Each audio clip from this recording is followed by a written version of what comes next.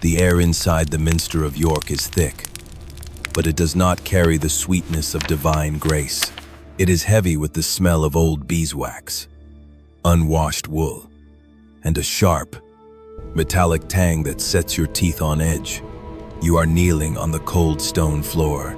It is the 1st of November, the year of our Lord 866.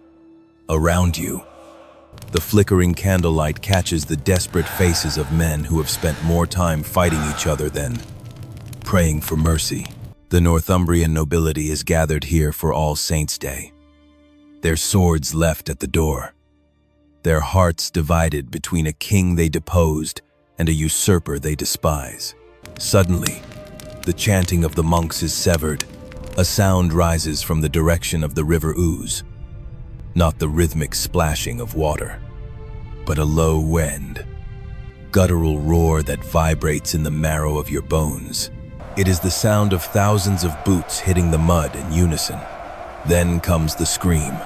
It is a wet, choked sound that ends too quickly. Using advanced AI technology, we have transformed 9th century archaeological fragments, weathered stone carvings, and ancient sagas into photorealistic scenes.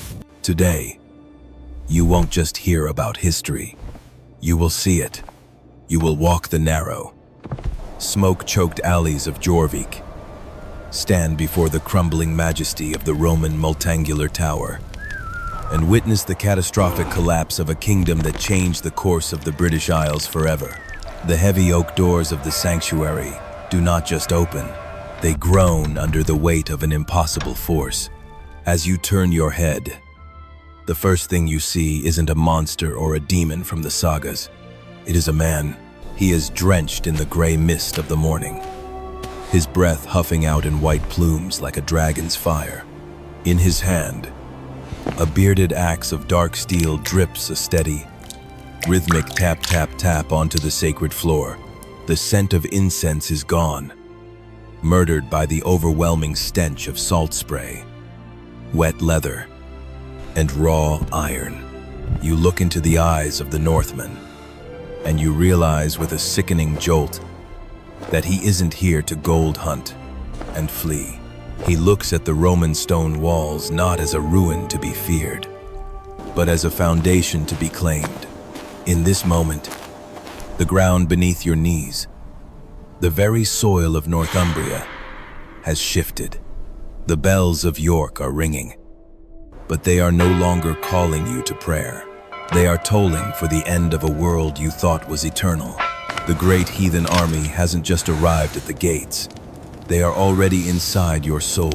To understand why a city of stone fell to a fleet of wood, you must look past the shields and the axes. You must look at the men who sat upon the high seats of Northumbria. By the year 866, the crown of this northern kingdom was no longer a symbol of divine light. It was a jagged piece of iron, rusted by the blood of brothers. You see the king, Osbert.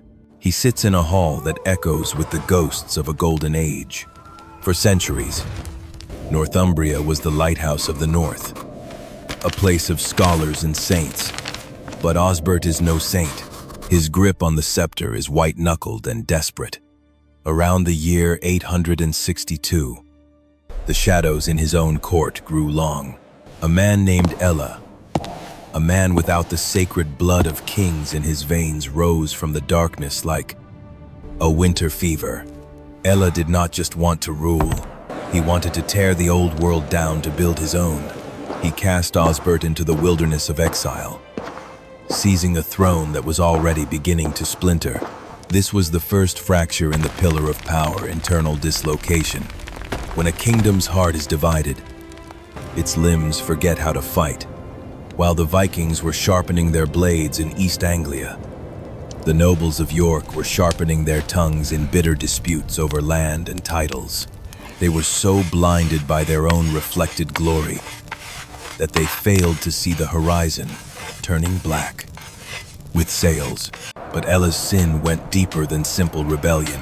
To fund his hollow reign, he reached into the one place Even kings feared to tread the church. Imagine the scent of scorched parchment and the sound of heavy iron keys turning in sanctuary locks. Ælla fell upon the monasteries like a wolf, stripping the lands of Billingham, Ælla and Wiggetcliff. He did not just steal gold. He stole the kingdom's moral compass. The church was the invisible mortar that held the Roman stones of York together. By wounding the priests, Ælla severed the nerves of his own intelligence network. The monks, the only men who traveled and saw the movements of the world, stopped whispering warnings into the king's ear. The king was now a blind giant, standing in a fortress of crumbling prestige. When the Great Heathen Army arrived, a force of 25,000 souls driven by a singular, cold-blooded purpose, they did not find a united front of Christian warriors. They found a house already on fire. The Vikings did not need to break the door down. They simply waited for the hinges to rot off. The tragedy of Northumbria was not that it was weak, but that it was distracted. It was a society that had forgotten that the primary duty of a king is not to win an argument, but to protect the gate. And while Osbert and Ælla traded insults in the mud, the sons of Ragnar Lodbrok were already measuring the streets of York for their own graves. While the kings fought for the throne, the common man in the streets of York was fighting a silent, invisible war. If you want to see the true rot of a kingdom, do not look at its banners. Look at the coins in its palms. You reach into your wool pouch to pay for a loaf of rye, and you pull out a small, dull disc. It is a stika. Once, in the days of your grandfather, these coins were bright with silver, reflecting the sunlight like the scales of a fresh trout. But today, the coin in your hand is dark, heavy with lead and tin, green with the tarnish of cheap copper. This was the second fracture, financial decay, under the reigns of Osbert and Ælla. The Northumbrian economy had become a ghost, to pay for their private wars and their fragile courts. The kings had committed the ultimate betrayal of their people. They had lied to the money. They stripped the silver from the currency until the stika was little more than a worthless token of broken promises. Inflation didn't just rise, it screamed. In the markets of Eoforwic, the bad money had chased out the good. Anyone with a true silver penny from the old days buried it deep beneath their hearth, hiding it from a state that could no longer be trusted. The markets were flooded with these copper shams, and as the value of the coin withered, so did the people's faith in the very idea of Northumbria. But then, the Northmen arrived, and they brought with them a terrifying, beautiful clarity. The Vikings did not care for the face of a king stamped on a piece of copper. They operated on the logic of bullion. To them, wealth was not a decree. It was a weight. You see a Norse trader standing by the docks of the Ouse. He doesn't look at your coins. He pulls out a set of delicate bronze scales and a handful of silver hacks, broken pieces of arm rings, necklaces, and silver ingots. When the Vikings took York, they reconnected the city to the veins of the world. Through the river systems of the east, silver began to flow into the north of England from places you have never heard of, from the great caliphates of the east, from the mines of the distant north. These were the dirhams, struck in the names of Abbasid caliphs in Baghdad, carried across the Baltic and the North Sea to end up in a muddy street in Yorkshire. The Vikings replaced the dying copper stika with the fine silver penny. It was a brutal economic rebirth. They didn't just conquer York, they bought it. They offered a stability that the Anglo-Saxon kings, with their debased metal and empty chests, could no longer provide. As you watch a Viking smith melt down a stolen church chalice and a handful of Arabic coins to strike a new, pure currency, you realize the bitter truth. The heathens brought a more honest weight to the scale than the Christian kings ever did. The crown of Northumbria had been traded for a handful of copper, while the future of Jorvik was being forged in the blinding, cold light of stolen silver. Architecture is the skin of a civilization. And by the year 866, the skin of York was sloughing off in gray, weathered flakes. You walk along the perimeter of the city, and you see the ghost of Rome. These are the walls of Eoforwic, built centuries ago by legions who moved with the precision of a heartbeat. Huge blocks of limestone, carved to fit so tightly that not even a blade of grass could grow between them. They are majestic. Yes, but they are tired. In many places, the stone has surrendered to the earth, sinking into the mire or collapsing into piles of rubble that no one has bothered to clear. This was the third fracture, systemic decay. The Northumbrians of Eoforwic did not have the hands or the heart to maintain the Roman grandeur. Instead of repairing the masonry, they had thrown up earth banks, slapdash mounds of dirt, topped with wooden palisades that shivered in the wind. It was the defense of a people who had grown soft behind the memory of power. They were living in the ruins of a giant's house, unable to fill the rooms or mend the roof. Inside the walls, the city was a labyrinth of wood and thatch. The Anglo-Saxon houses were built of wattle and daub hazel branches, woven like baskets and smeared with a mixture of mud, straw, and animal dung. It was a city that breathed. Yes, but it also rotted. Every winter, the damp from the ooze seeped into the floors, and every summer, the stench of stagnant waste rose from the unpaved alleys. It was a settlement of farmers trying to be citizens. Their eyes always turned back to the fields outside the gates. But when the Northmen took the city on that bloody November day, the architecture changed because the intent changed. They did not see York as a fortress to hide in. They saw it as a machine to be tuned. The Vikings brought a new logic to the soil, density and connection. Imagine the streets of Coppergate under the Viking axe. The sprawling, lazy plots of the Saxons were carved into narrow, efficient strips. They didn't just build on top of the mud, they dug into it. They constructed cellared structures, sunken workshops lined with thick planks of heavy oak. These were not just homes, they were engines of industry. The Vikings repurposed the Roman stones they found, using them not for grand monuments, but for the hearths of their forges. While the Saxons had let the walls crumble out of neglect, the Vikings let them stand as a shell for something far more vibrant. They turned the city toward the river. Every house became a gateway to the sea. You stand in the shadows of a newly built longhouse, smelling the fresh-cut timber and the pungent aroma of wood smoke. You realize that the Saxons were preserving a corpse, but the Vikings were birthing a monster. They didn't need the Roman walls to be perfect. They needed the streets to be busy. The architecture of Jorvik was no longer about the glory of the past. It was about the hunger of Jorvik, the present. For 5 long months, the Northumbrian soul existed in a state of agonizing suspension. The kings, Osbert and Ælla, were forced into the ultimate humiliation. They had to look at one another, not as rivals, but as survivors. By the spring of 867, they had gathered the remnants of their pride and a ragged army of 20,000 men. They marched on York on the 21st of March, the air still biting with the frost of a dying winter. You are part of this desperate tide. You feel the weight of your spear, not a finely balanced weapon, but a rough shaft of ash, topped with iron that has seen too many seasons. As the Anglo-Saxon host approaches the city, a surge of hope ripples through the ranks.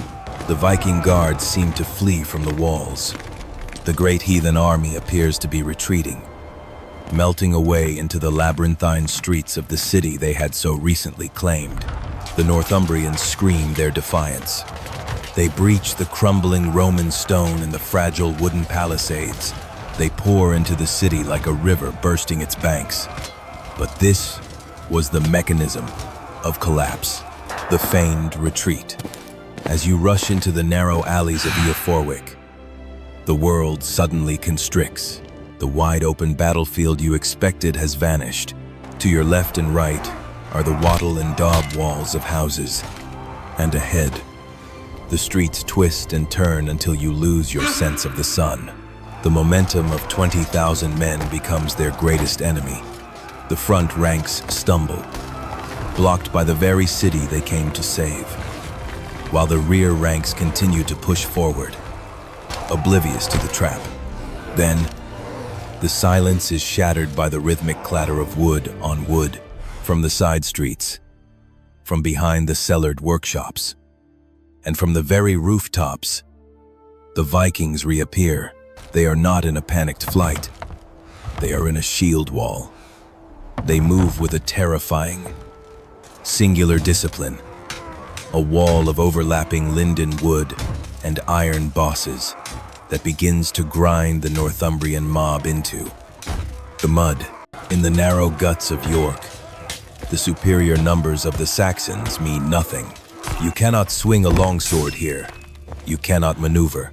You are packed so tightly that you can smell the sour breath of the man behind you and the stale ale on the beard of the Viking in front of you. The slaughter is excessive. As the chronicles will later whisper, you see King Osbert fall, his chest heaving under a rain of axes. And then, there is Ælla. The legends say the sons of Ragnar claimed a darker price from the usurper. They speak of the blood eagle, the ribs severed from the spine and pulled outward like the wings of a predatory bird.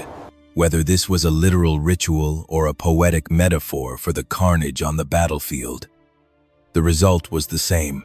The old world of Northumbria was ritually disemboweled in the streets of its own capital. As the sun sets on the 21st of March, the ooze does not run with water. It runs with a dark, thick silt of Northumbrian life. The two kings are dead. The nobility is a memory. The mechanism of collapse is complete. York is no longer a city under siege. It is a city that has been consumed and is now being digested by a new Hungria master.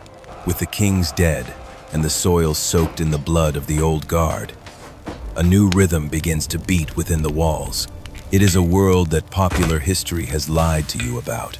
They tell you the Vikings were mindless savages, unwashed and chaotic. But as you walk through the streets of the newly christened Jorvik, the reality you touch is far more complex and far cleaner than the myths suggest. You see a warrior sitting on a bench outside a longhouse. He isn't sharpening an axe. He is using a comb. It is a beautiful object, carved from the antler of a red deer, etched with intricate interlocking knots. To your surprise, these barbarians are obsessed with their appearance. They bathe every Saturday. The loggerdager and their kits contain tweezers, ear spoons, and nail cleaners. In a world of Anglo-Saxon grime, the Viking is a creature of grooming and vanity. But do not let the polished combs deceive you. The breath of Jorvik is a punch to the lungs. The city is a sensory war zone. You stumble over the open latrines, the hosey that line the narrow alleys. They are pits of filth teeming with the eggs of parasitic worms, a silent testament to the invisible tormentors living inside every belly in the city. The scent of human waste mingles with the heavy, cloying tang of the leather tanneries, where hides are soaked in harsh, acrid chemicals. Then, there is the smoke. It is everywhere. It hangs in the damp air of the ooze, like a physical weight. Every house is a chimney. The oak wood smoke stinging your eyes and clinging to your clothes until you smell like a hearth fire. Yourself. But within that smoke is the smell of wealth. You smell the roasting of beef and the pungent salt of preserved fish. a sign that the trade routes are open. Listen closely. The silence of the Northumbrian ruins has been replaced by a symphony of industry. You hear the rhythmic clink, clink, clink of the coin strike near Clifford Street, where silver is being hammered into history. You hear the whirring of the pole lathe, a new technology turning blocks of wood into hundreds of smooth bowls and cups for a growing middle class. You see women in the marketplaces wearing dresses dyed in the deep, vivid blues of woad and the earthy reds of madder. They wear strings of glass beads that caught the light in a forest in distant Russia, and amber that washed up on a Baltic shore. This is the irony of the Viking capital. It is a place where you might die of a parasite or a fever in a muddy gutter, but you will do so while wearing silk from Byzantium and carrying a comb of fine bone. The Vikings didn't just bring war. They brought a cosmopolitan hunger. They turned a dying religious outpost into a boomtown that hummed with the energy of 1,000 different tongues. As you watch a merchant weigh a silver dirham against a pile of walrus ivory, you realize that the heathen didn't come to destroy civilization. He came to make it profitable. The smoke from the Great Heathen Army's campfires has long since drifted into the gray skies of the north. Yet the echoes of 866 remain etched into the very stones of the city. You stand once more where the story began, but the ground has changed. Beneath your feet, the Roman limestone and the Anglo-Saxon mud have been compressed into a new foundation. This is no longer just a kingdom's end. It is the blueprint for the modern world. The fall of York was a brutal lesson in systemic evolution. History does not care for the rightful king or the sacred tradition when those systems become too rigid to breathe. Northumbria died because it was a house divided, its currency a lie, and its walls a memory. It was an ecosystem that had lost its ability to adapt.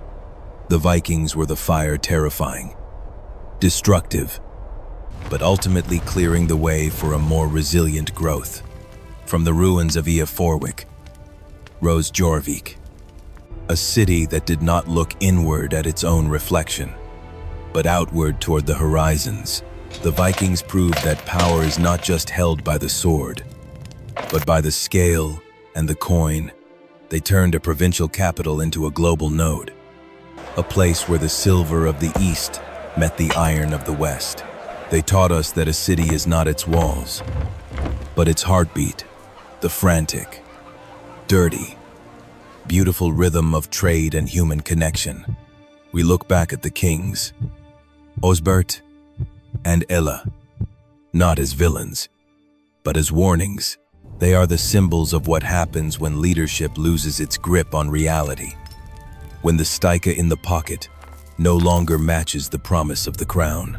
Their fate reminds us that when a system fails to serve the present, the future will arrive with an axe in its hand to claim what remains. As you look at the York of today, where the medieval streets still follow the narrow lines carved by Viking surveyors, you see that nothing is ever truly lost. The Great Heathen Army did not erase the past. They became a part of it.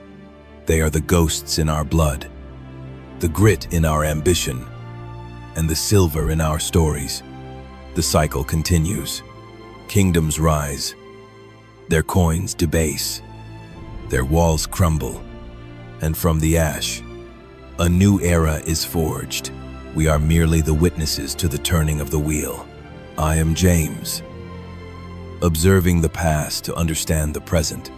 Together, we are reborn through history.